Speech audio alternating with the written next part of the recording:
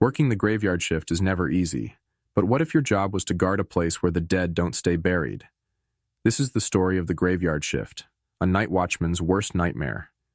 It all started when Tom, a security guard, took a job at an old cemetery.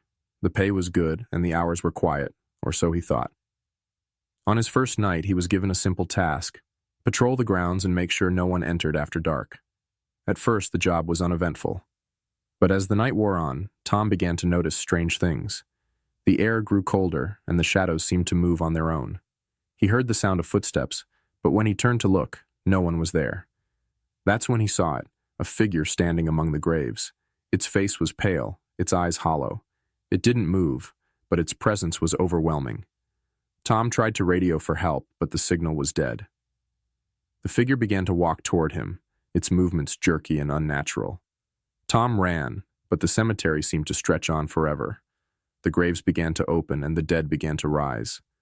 Tom tried to escape, but the gates were locked. The figure appeared again, its hollow eyes staring at him. "You're not alone," it whispered. The dead began to close in around him, their faces twisted into grotesque smiles. Tom tried to fight, but there were too many. The figure reached out, its hand cold and lifeless, and touched his arm. When Tom woke up, he was back in the security booth, the cemetery silent once more.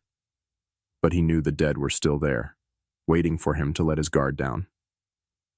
To this day, Tom works the graveyard shift, his eyes constantly scanning the shadows. And sometimes, late at night, he can still hear the whispers calling him to join the dead,